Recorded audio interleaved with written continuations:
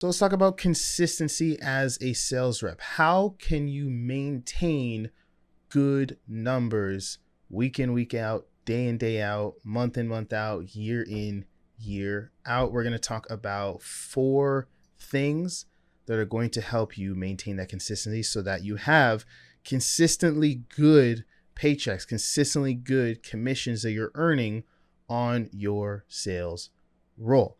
First and foremost, if you didn't watch my last video about protecting your energy, go and watch that one because that is step number 1. Step number 1, you need to learn to protect your energy. I'm not going to go all into it because that video was like a 10-12 minute video deep diving on that topic.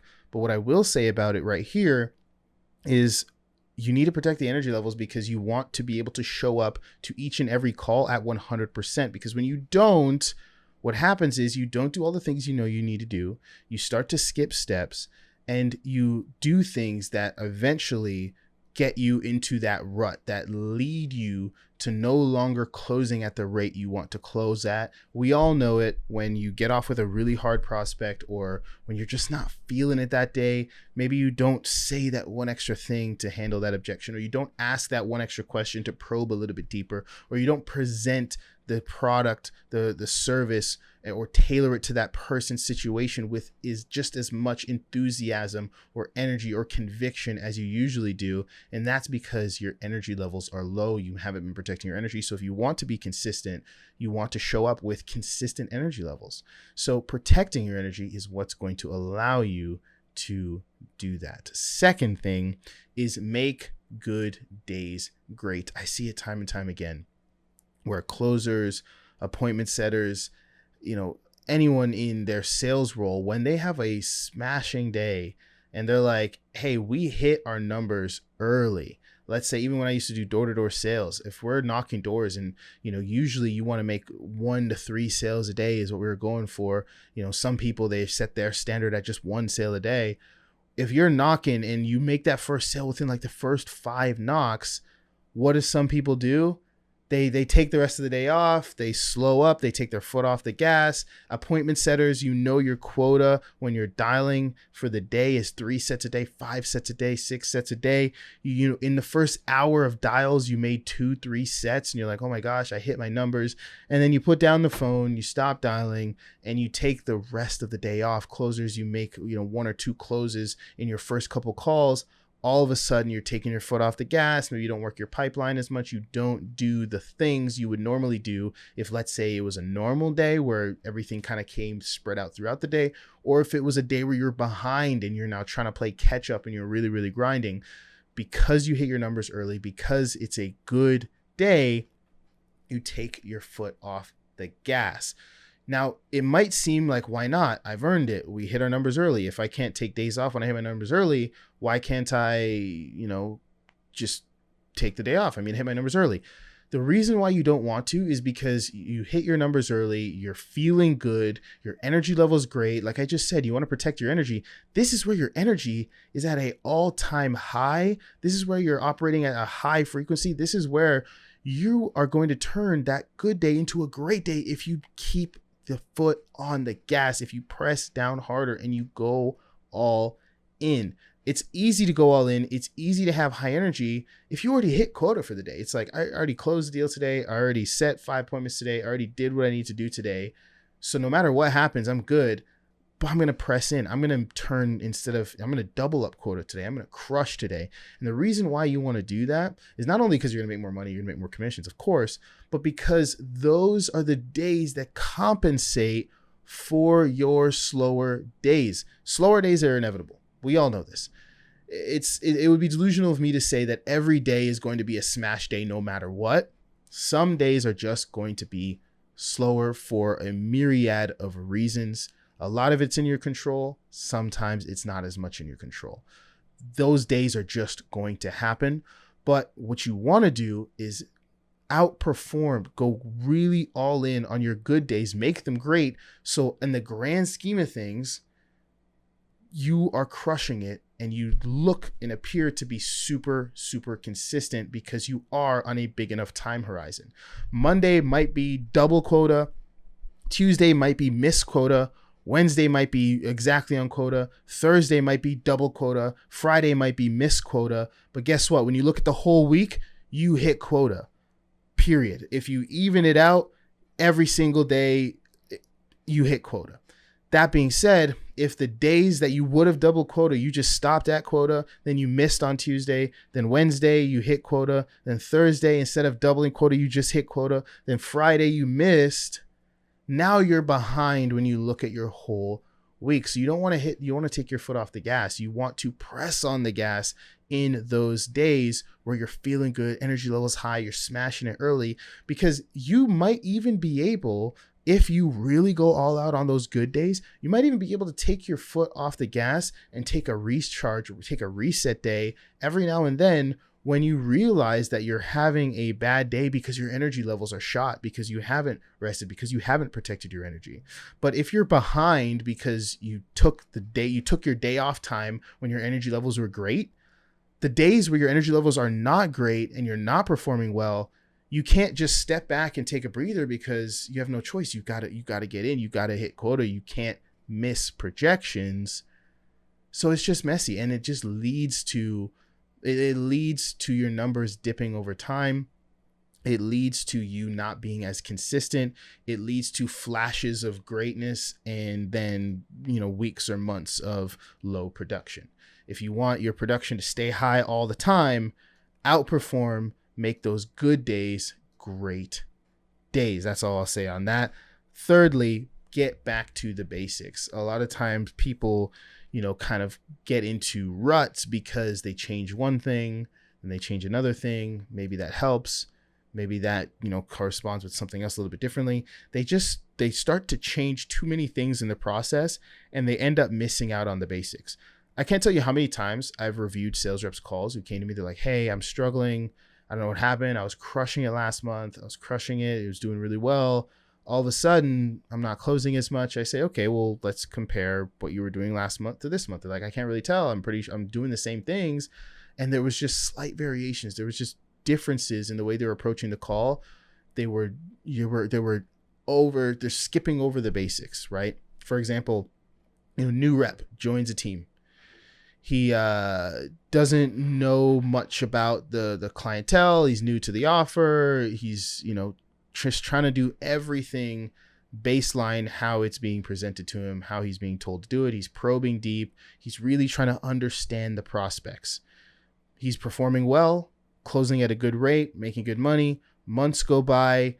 He starts to see, okay, I'm speaking to the same prospects over and over again, which if the marketing is great, you should be, right? If it's good marketing, you shouldn't have insane variation in the prospects you're speaking to. So, this sales rep, he's like, I'm speaking to the same prospects. These prospects have the same issues, the same struggles. Every time I'm probing deep, it's the same kind of root causes, maybe with a variation of 3 or 4 different variables, but it's roughly in the ballpark of like 5 different avatars or 3 different avatars. Again, the tighter this is, the better your marketing. But it's all similar avatars. So what does this sales rep start doing? Stops asking those couple extra questions that really probe deep because he already knows what they're going to say. He stops, asking questions or doing things that get that prospect to really feel understood, really build trust, because he's like, I don't need to ask these questions because I know what you're going to say.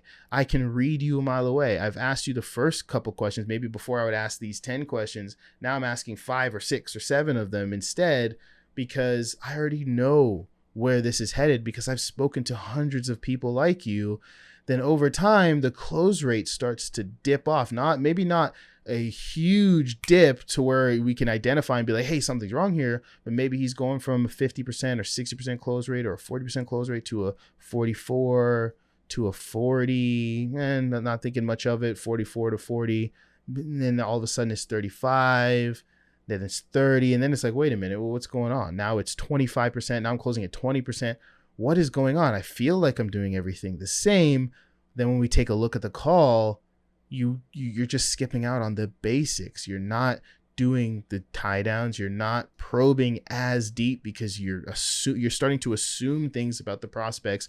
And even if you're right, you're getting this false sense of security because you make the assumption on the call. You say, hey, I bet it's like this, or is it like this? You're making assumptions on the call. And because you do know these prospects, because you've spoken to so many people like them, they respond with, yeah, you're right. They respond giving you almost a positive feedback loop of your assumptions. But in the grand scheme of things, it's leading to less closes because there's less power in that prospect actually vocalizing the problem, vocalizing the pain.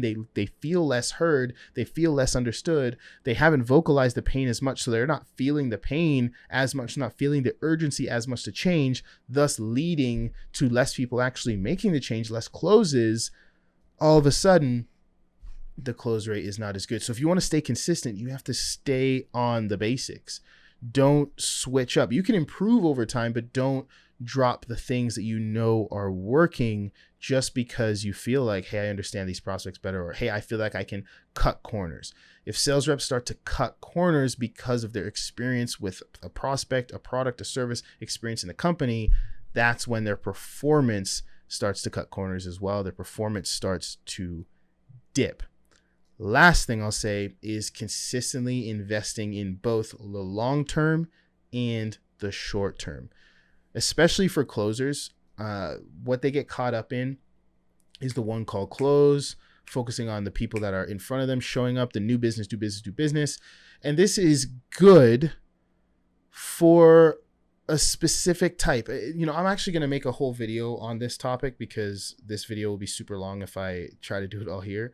But what I will say is a lot of times when you're only focused on the new people on the calendar, you're not doing any follow-up, you're not doing any pipeline management, you're not staying in touch with prospects so that you can build a referral pipeline, you're not doing any of that longer term work that pays dividends, you are susceptible to marketing. You're susceptible to the inbound calls. And it's just proven. We know if you've been on more than one offer, if you've worked with multiple companies, you know that sometimes marketing is crushing it. Sometimes marketing dips.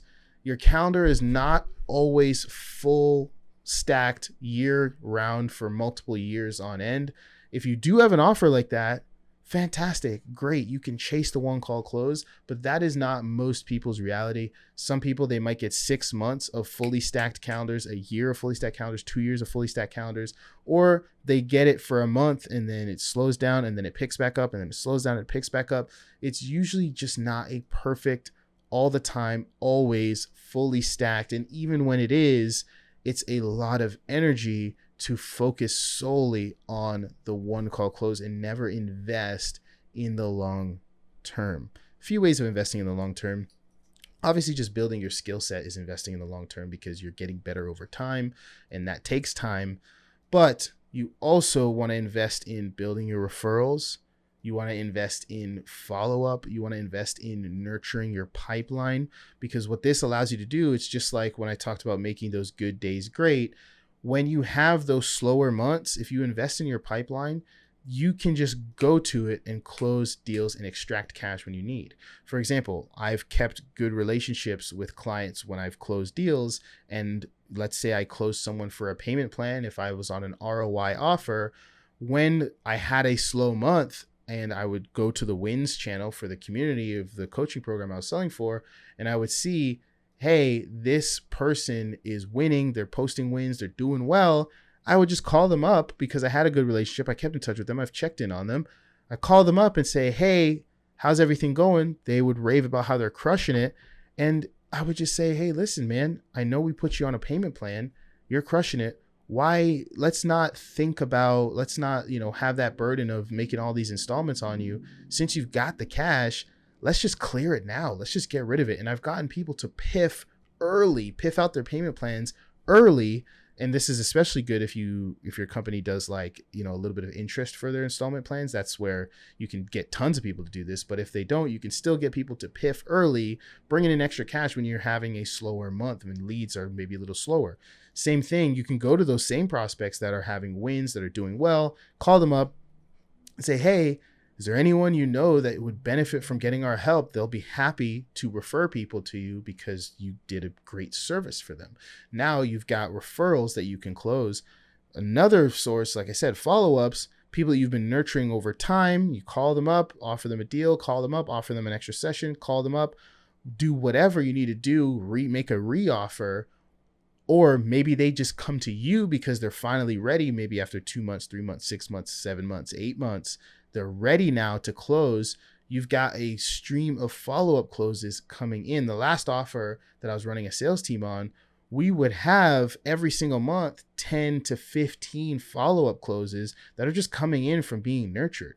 We had a ton of one-call closes, but then we just had follow-ups that we spoke to 3 months ago, 6 months ago, 7 months ago that are just coming in, getting closed because they were nurtured. And that allows you to just close deals by sending out checkout links. You don't even got to be on calls all day. You don't even got to be super, super worried about how many calls do I have. It's like, who wouldn't like to make commissions just by texting out a couple checkout links every month? Imagine if you close an extra 5, 6 deals without having to take any extra calls. That's what investing in the long term will do. And that's what will help you have consistent performance as a sales rep. So those are 4 things that I've seen, 4 things in my opinion that will help you with your consistency as a sales rep. If you're not doing it, if you haven't tried these things out, try them out. Hopefully that helps. I'll see you guys in the next video.